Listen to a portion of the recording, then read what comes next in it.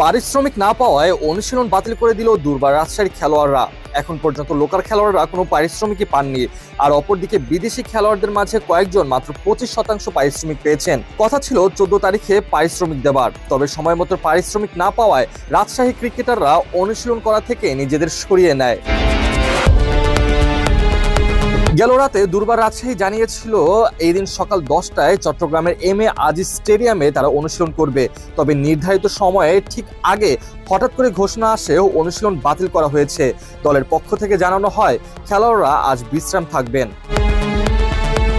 তবে বিভিন্ন সূত্রে জানা গেছে দলের ভেতরে পারিশ্রমিক সংক্রান্ত কিছু সমস্যা রয়ে গেছে।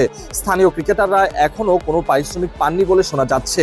বিদেশি কয়েকজন ক্রিকেটার কিছু অংশ পেয়েছেন, তবে সেটা সম্পূর্ণ নয়। টুর্নামেন্টের মাঝপথে এসে এই বকেয়ার কারণে খেলোয়াড়দের মধ্যে অসন্তোষ দেখা দিয়েছে। ফ্রাঞ্চাইজির পক্ষ থেকে আশ্বাস দেওয়া হয়েছে শীঘ্রই সমস্যার সমাধান করা হবে এবং আগামীকাল কিছু পারিশ্রমিক পরিশোধ করা হতে পারে। এর আগে 14 জানুয়ারি পারিশ্রমিক দেওয়ার কথা থাকলেও তা কার্যকর হয়নি। যদিও দলের পক্ষ থেকে দাবি করা হয়েছে আজকের বিশ্রামের সিদ্ধান্তের সঙ্গে এই জটিলতার কোনো সম্পর্ক নেই।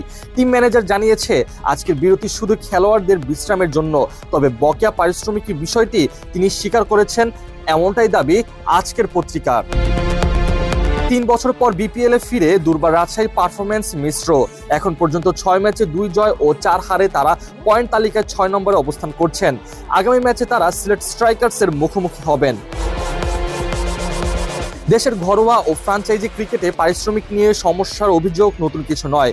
বিসিবি শুরু থেকে এসব সমস্যা সমাধানের কথা বলে আসছে, কিন্তু মাঠ পর্যায়ে এর প্রতিফলন এখনও সেভাবে দেখা যায়নি। এবারের বিপিএল শুরুর আগে থেকেই পারিশ্রমিক সংক্রান্ত ইস্যু নিয়ে বেশ আলোচনা চলছিল। তবে টুর্নামেন্টের অর্ধেক পার হলেও সমস্যার সমাধান হয়নি। যদিও বিসিবি শুরু থেকেই আশ্বস্ত করে আসছে যে দ্রুতই এ বিষয়ে মীমাংসা করা হবে। তাদের বক্তব্য ছিল ফ্রাঞ্চাইজিগুলোকে বিষয়টি সমাধানের জন্য কিছুটা সময় দেওয়া হবে।